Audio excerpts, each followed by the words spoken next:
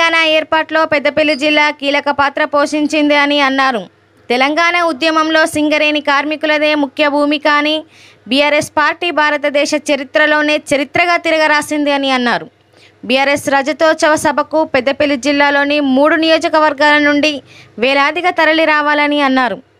BRS నిర్వహించే రజతోత్సవ సభ తెలంగాణ కుంభమేళగా చరిత్రలో నిలిచిపోతుందని, తెలంగాణ రాష్ట్రంలోని కాంగ్రెస్ ప్రభుత్వం అన్ని రంగాల్లో విఫలమై ప్రజల ఆదరణ కోల్పోతుందని అన్నారు. గ్రూప్ 1 పరీక్షలు రద్దు చేసి మళ్లీ పరీక్షలు నిర్వహించాలని, ఉద్యోగ నియామకాల్లో నాన్ లోకల్ కోటాలను తొలగించి లోకల్ అభ్యర్థులకే ప్రియారిటీ కల్పించాలని అన్నారు. ఉప ముఖ్యమంత్రి బట్టి విక్రమార్క నేతృత్వంలో సింగరేణి బొగ్గు గనులను ప్రైవేటు వేలానికి అప్పగించారని అన్నారు. ఈ నెల 27 వరంగల్ ఎలకతూర్పు వద్ద కనివిని ఎరగని రీతిలో బహిరంగ సభ జరగబోతుందని అన్నారు.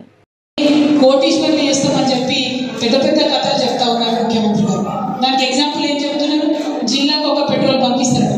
జిల్లాకు ఒక పెట్రోల్ బంక్ ఇచ్చి మొత్తం జిల్లా సమాఖ్య మెంబర్స్ అందరికీ కూడా కలిసి ఆ లాభం పంచితే ఒక్కొక్క మహిళకు ఒక్కొక్క రూపాయి కూడా రాదు.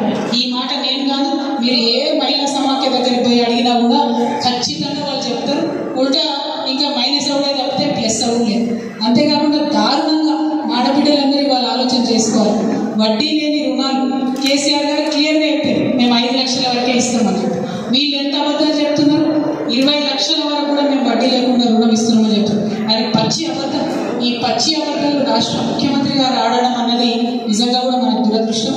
మన కర్మ ఏంటంటే తెలంగాణ కోసం కొట్లాడి ప్రాణాలు పణంగా పెట్టుకుని తెచ్చినటువంటి రాష్ట్రంలో ఇప్పటి వరకు జై తెలంగాణ అనే ముఖ్యమంత్రి ఉండడం, జై తెలంగాణ అనే మంత్రివర్గం ఉండడం నిజంగా కూడా దారుణం. మీరు వాళ్ళ ఏ మీటింగ్లన్నా చూడరు, జై సోనియమ్మ అంటే తప్పితే జై తెలంగాణ అని మాత్రం అన్నారు.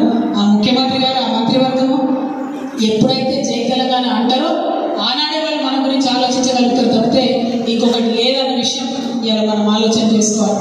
అట్లనే ఇదివరకు స్కూల్ గురుకులాలు ఎంత బాగుండే, అద్భుతంగా పిల్లలందరూ ఎవరెస్ట్ ఎక్కేటట్టుగా మనం చేస్తే, అందరికీ ఐఐటీలలో ఐఐఎంలో సీట్లు వచ్చినట్టు మనం చేస్తే, ఇవాళ పిల్లల్ని పొట్టబెట్టుకుంటారు. 100 మంది పై చెంగు పసి ప్రాణాలు ఆల్రెడీ పోయినాయి. అట్లనే హాస్పిటల్ ఎంత బాగుండే, కేసీఆర్ కిట్ ఇస్తే గవర్నమెంట్ హాస్పిటల్లో ప్రసవాలు పెరిగి ఉండే.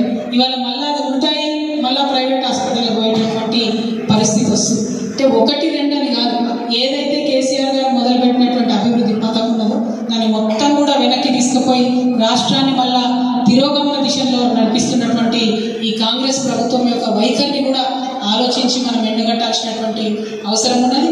మరీ ముఖ్యంగా మన సింగరేణిని మీ అందరికీ తెలుసు, కేసీఆర్ గారు ఎన్నడూ కూడా బొగ్గును వేలం వేస్తాం, బొగ్గు గనులు వేలం వేస్తామంటే ఒప్పుకోలేదు.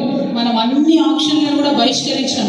కానీ ఈ ప్రభుత్వంలో ఈ రాష్ట్రానికి సంబంధించిన ఉప ముఖ్యమంత్రి బట్టి విక్రమార్క గారు మొత్తంగా సింగరేణిని కేంద్ర ప్రభుత్వం దగ్గర తాకట్టు పెట్టేటట్టుగా బొకేలు తీసుకుపోయి మొన్న హైదరాబాద్ ఆ కమిటీ వాళ్ళు వస్తే వాళ్ళ దగ్గరికి పోయి మేము కూడా వేలంలో పాల్గొంటాం, మీరు వేలం వేసుకోండి అని చెప్పి ఒప్పుకొని వచ్చినటువంటి సందర్భం ఇలా సింగరేణి ప్రజలందరూ కూడా నేను తెలియజేస్తూ ఉన్నాను.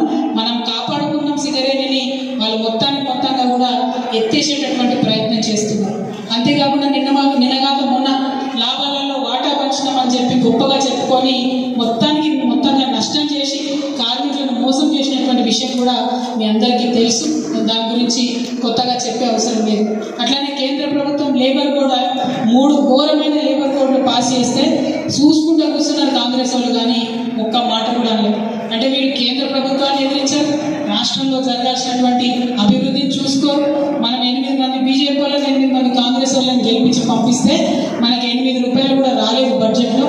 8 + 8 = 0 అన్నట్టుగా మన తెలంగాణ పరిస్థితి తయారైంది. అంటే అల్టిమేట్గా ఈ విషయాలన్నీ చూసి మనం ఆలోచించుకుంటే తెలంగాణలో కాంగ్రెస్ బీజేపీ యొక్క పరిస్థితి చూస్తే ఏది ఏమైనా ఇంటి పనికైనా మంటి పనికైనా మనోడు ఉండాలి, గులాబీ కండువా కప్పుకున్నోడు ఉండాలని ఇవాళ తెలంగాణ ప్రజలందరూ కూడా భావిస్తున్నటువంటి ఈ సందర్భంలో మరి అద్భుతంగా 25 వసంతాల పండుగ మనం వరంగల్లో జరుపుకోబోతా ఉన్నాం.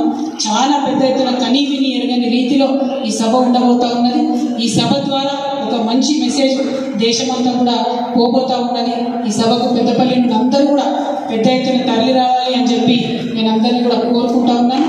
మరి మా పెద్దపల్లి జిల్లా ముద్దుబిడ్డ మా పెద్దన్న కొప్పుల ఈశ్వరన్న గారికి, అట్లానే మా అన్న మాజీ ఎమ్మెల్సీ గారు నారదాసు లక్ష్మణ్ గారికి, అట్లానే పెద్దపల్లి స్థానిక శాసనసభ్యులు గౌరవనీయులు మనోహర్ రెడ్డి గారికి, అట్లానే మా జాగృతి పెద్దపల్లి జిల్లా అధ్యక్షులు బీఆర్ఎస్ నాయకులు పెంట రాజేష్ అన్న గారికి, అట్లానే ఓదెల మండలం నాయకులు మన గంట రామలన్న గారికి, జెడ్పీటీసీ గారికి, అదేవిధంగా